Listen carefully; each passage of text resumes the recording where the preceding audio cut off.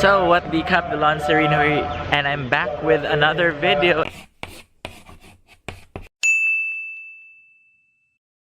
And it's another day here in Chiang Mai. We are here at Wat Phra Singh here in Chiang Mai, and I think we're gonna be doing a temple tour in this area. This is 700 years old, so this temple is a bit old here in Chiang Mai. So we'll be checking out the pagodas and the temples nearby.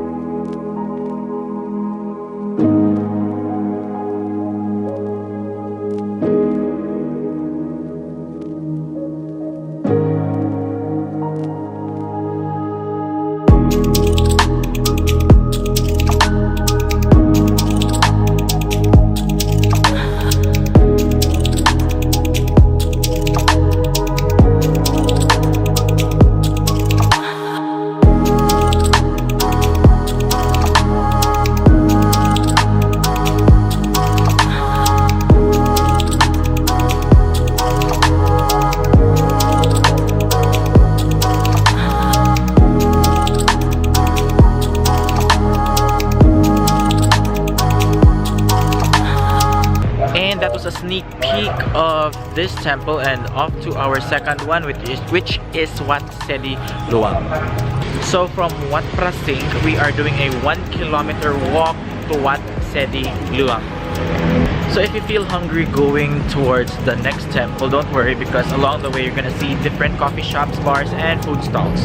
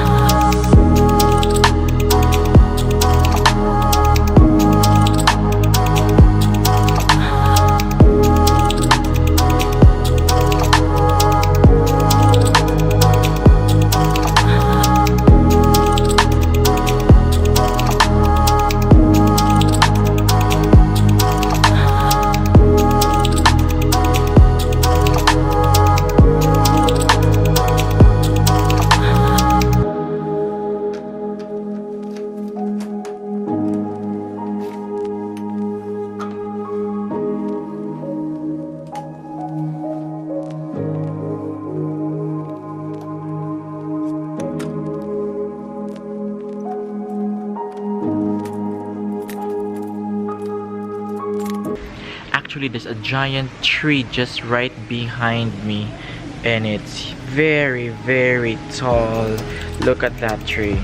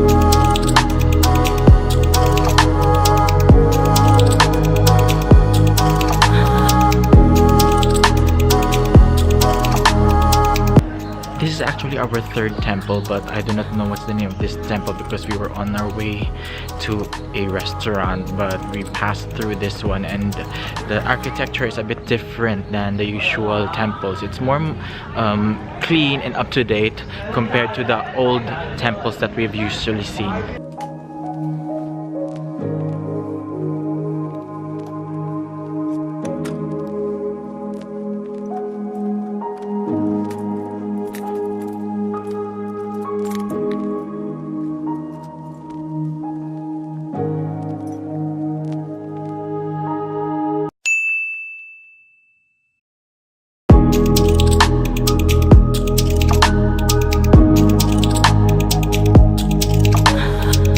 So we just made it to one of the more popular khao soi shops here. This is the khao soi Kunyai. It's only open from 10 to 2 p.m. So you understand the queue at the back. It's jam-packed in this area.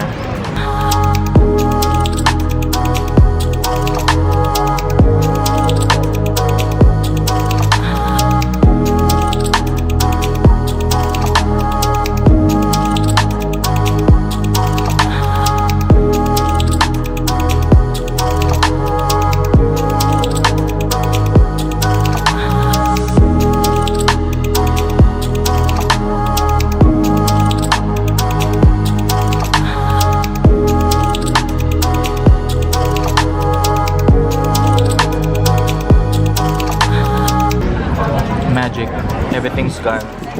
Look, it's clear. That was so far one of the best khao sois ever. So if you want to check out this khao soi place, all you have to do is go to this soy. So what makes this khao soi a little bit different than the khao soi that I tried a few days ago is the consistency. It's more of a curry coconut milk taste compared to the first one, which was like I think it was soy based. Or yeah, soy sauce based, and but this one was like more on the curry, and they chop the, if you're ordering chicken, they chop the chicken into bite size already, so you don't have to worry about spilling it on your shirt, because this one's really a good one.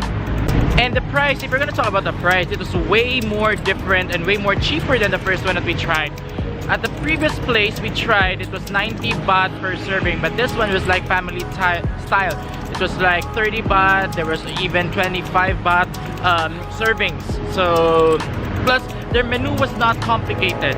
Unlike the previous restaurant, the previous one had so many things on their menu which makes you confused on which ones you're gonna eat.